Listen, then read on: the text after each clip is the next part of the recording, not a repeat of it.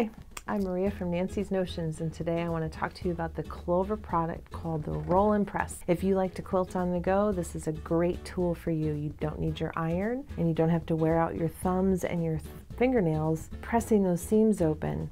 So it's going to save a little fatigue on your hand, and it's going to have a much smoother effect when you're done.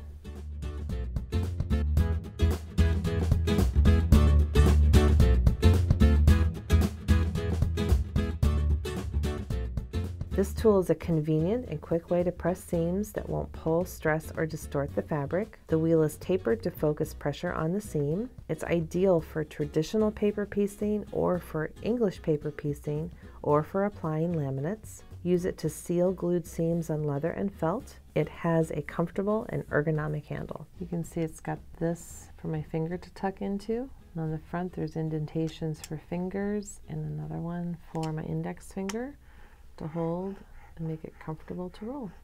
Let me demonstrate how easy and fun this little tool is to use.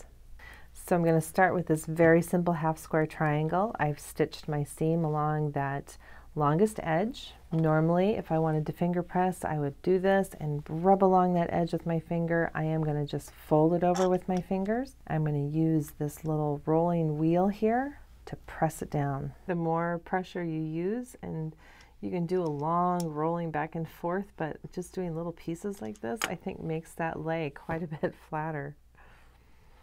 So if you choose and you want to press it open, I'm going to flip it over, start on the end here and do just a little bit at a time like that, so I don't add another crease to it.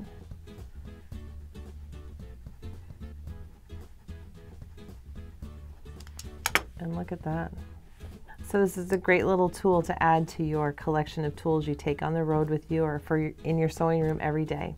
So if you like this video and want to see more like it, hit the like button and comment below telling us what you think.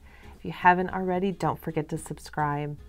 We encourage you to show us your tool in use.